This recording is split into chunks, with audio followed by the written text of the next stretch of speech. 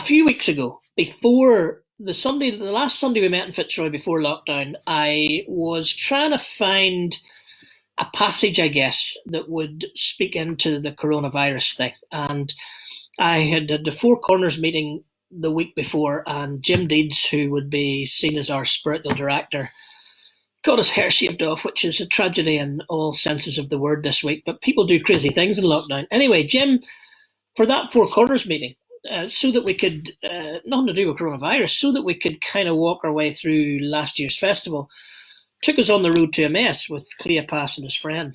And it was really quite enlightening. It's a story, I know the Emmaus Road story, but the way Jim told it seemed then to speak itself into coronavirus. But it was 3 weeks, maybe four, before Easter. And it seems to me that that story that I preached about 4 Sundays before Easter is probably more applicable this week after resurrection, because as you know, on Sunday morning, if you were watching our Sunday Easter Sunday service, wasn't the Sounds Good virtual orchestra amazing? What a feat that was. Put a smile on your face. If you haven't seen it, please go and watch our service.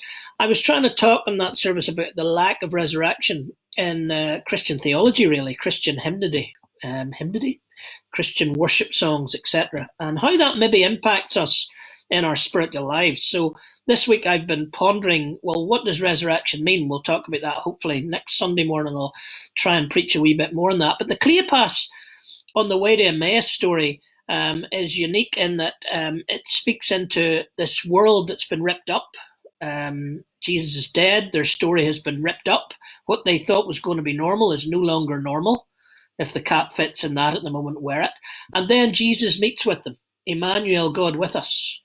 And the presence of God is enough for these early disciples.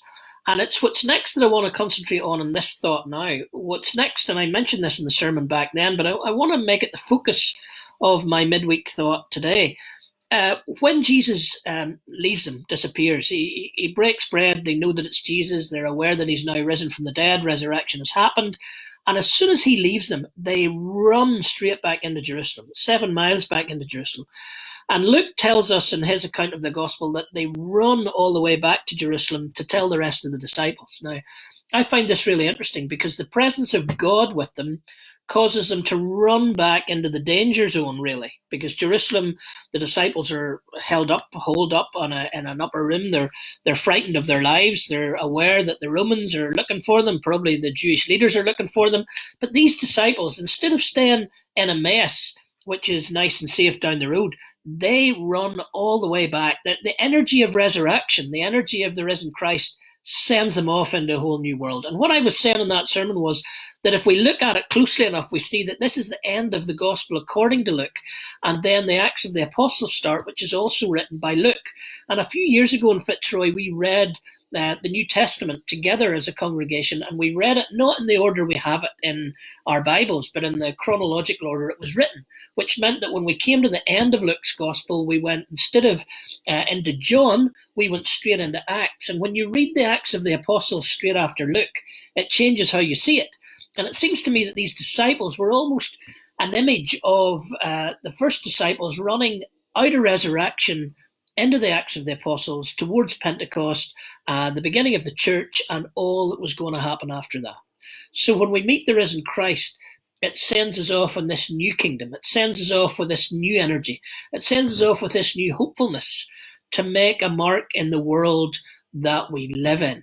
And I suppose what I would be asking this week, we're still in the middle of coronavirus times. There's still self-discipline. There's still self-sacrifice. There's still the work that the woman in Fitzroy have been doing to make those masks. There's still that not being silly about where we go or what we do. There's still a little bit of rationing of food. There's all this stuff that we're living under. And it would seem to me that having met the risen Christ, that gives us a new energy to be able to traverse this difficult, bumpy terrain that we're living in now. And that in the midst of it all, those who follow Jesus, that those who've met with Jesus as the guys in Emmaus did, that those who've met this risen Christ breathe a hopefulness and a joy into the world, the difficult world that we live in. The script was ripped up, but the script is even more different when Jesus rises from the dead than it was when he was dead. This is like the third script with this idea of who Jesus was. Jesus dies. Then the third script is that Jesus raised to life. That's a whole new idea of this incredible energy and this incredible power that we have with us if we get to know Christ and the power of his resurrection, as Paul suggests in Philippians. So I guess that's what I'm asking of myself. That's what I'm asking of all of us. Can we live that power of resurrection through these difficult coronavirus days and be witnesses to that risen Christ as we go forward and as we live in it? I'm sure you can hear our washing machine churn around behind me. Richard's going to be particularly mad that I did a few thumps of the table like that, because that doesn't come out well when we try to edit this later on.